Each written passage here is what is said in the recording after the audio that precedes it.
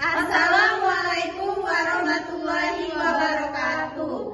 Kami dari kelompok 3. Saya Adestasya Fitri. Saya Romsia Berliana. Saya Adinda Dwi Ariasta.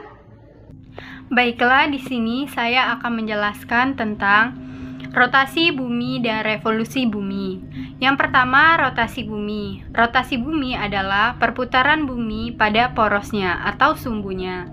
Rotasi bumi memerlukan waktu selama 24 jam atau sama dengan 1 hari. Rotasi bumi ini mengakibatkan yang pertama terjadinya siang dan malam. Yang kedua, terjadinya gerak semu harian matahari. Terjadinya gerak semu harian matahari ini adalah matahari terbit dari sebelah timur dan tenggelam dari sebelah barat. Yang ketiga, terjadinya pembagian zona waktu. Adapun yang kita ketahui, pembagian zona waktu di Indonesia ada 3, yaitu yang pertama WIB, waktu Indonesia Barat, yang kedua WIT, waktu Indonesia Timur, yang ketiga WITA, waktu Indonesia Tengah. Selanjutnya, revolusi bumi. Revolusi bumi adalah perputaran bumi mengelilingi matahari. Revolusi bumi terjadi selama 365 hari atau sama dengan 1 tahun. Revolusi bumi mengakibatkan terjadinya pergantian musim. Adapun musim di dunia ini yang kita ketahui ada 6, yaitu musim panas, musim hujan, musim kemarau, musim gugur, musim semi, dan musim dingin. Nah, Indonesia kan daerah yang beriklim tropis, jadi Indonesia hanya memiliki 2 musim saja, yaitu musim kemarau dan musim hujan. Selanjutnya yaitu rotasi dan revolusi bulan. Nah, yang pertama yaitu rotasi bulan. Kala rotasi bulan sama dengan kala revolusinya, sama-sama memberikan waktu kurang lebih 1 bulan. Dan yang kedua yaitu revolusi bulan. Revolusi bulan adalah gerakan bulan mengelilingi bumi. Akibat terjadinya revolusi bulan, terjadilah yang namanya yang pertama yaitu fase-fase bulan.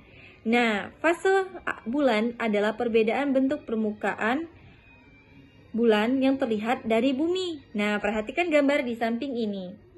Bulan mengelilingi bumi disebut dengan revolusi bumi. Nah, nantinya bumi ini akan dikelilingi oleh bulan. Bulan mengelilingi bumi disebut dengan revolusi bulan. Nah, timbullah yang namanya fase-fase bulan. Nah, pada hari ke-1, sebagian bulan terlihat gelap dan tidak terkena sinar matahari. Akibatnya bulan tidak tampak ke bumi. Fase ini disebut dengan fase bulan mati atau bulan baru. Nah, terjadinya fase bulan mati atau bulan baru itu disebabkan oleh adanya bulan, matahari, dan bumi berada pada satu garis lurus.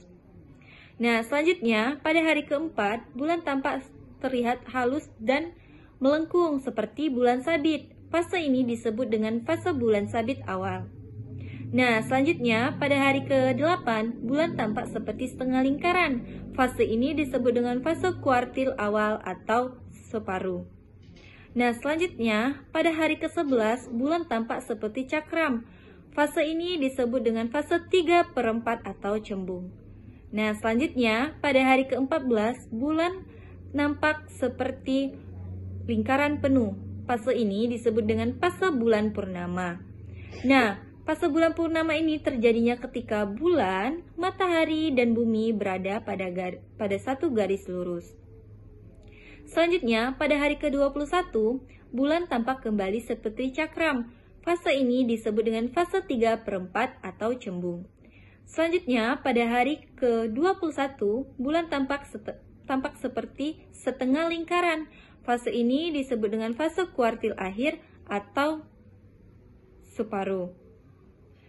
Nah, selanjutnya pada hari ke-25, bulan nampak seperti sabit. Fase ini disebut dengan bulan sabit akhir. Nah, yang kedua yaitu terjadinya pasang naik dan pasang surut. Yang pertama yaitu pasang naik. Pasang naik adalah peristiwa naiknya permukaan air laut.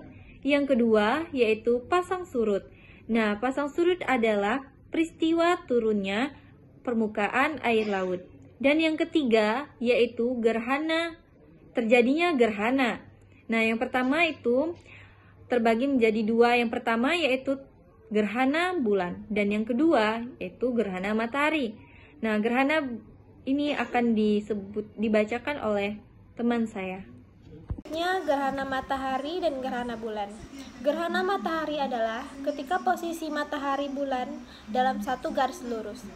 Gerhana matahari terbagi menjadi 4 macam, yaitu ada gerhana matahari total, kedua gerhana matahari cincin, ketiga gerhana matahari sebagian, dan keempat gerhana matahari hibrida. Yang pertama ada gerhana matahari total. Gerhana matahari total terjadi ketika bulan berada di antara matahari dan bumi, sehingga bayangan bulan akan jatuh ke permukaan bumi. Yang kedua, gerhana matahari cincin. Gerhana matahari cincin terjadi ketika piringan bulan hanya menutupi sebagian piringan matahari. Ketiga, gerhana matahari sebagian. Gerhana matahari sebagian terjadi ketika posisi bulan tidak tepat di tengah-tengah antara matahari dan bumi, sehingga hanya menutupi sebagian matahari. Dan keempat, gerhana matahari hibrida. Gerhana matahari hibrida yaitu gerhana matahari yang melalui 2 fase sekaligus, yaitu fase cincin dan fase penuh. Adapun dampak dari gerhana matahari, yaitu dampaknya adalah pancaran cahaya yang terlihat dalam gerhana matahari akan menyebabkan kebutaan atau luka bakar retina. Gerhana bulan. Gerhana bulan merupakan peristiwa ketika cahaya matahari terhalang oleh bumi, sehingga tidak semuanya sampai ke bulan. Adapun dampak dari gerhana bulan yaitu cahaya bulan akan terlihat lebih redup jika dibandingkan dengan saat purnama. Demikianlah hasil video analisis dari kelompok 3. Kami mohon maaf apabila ada salah kata. Kami akhiri. Wassalamualaikum warahmatullahi wabarakatuh.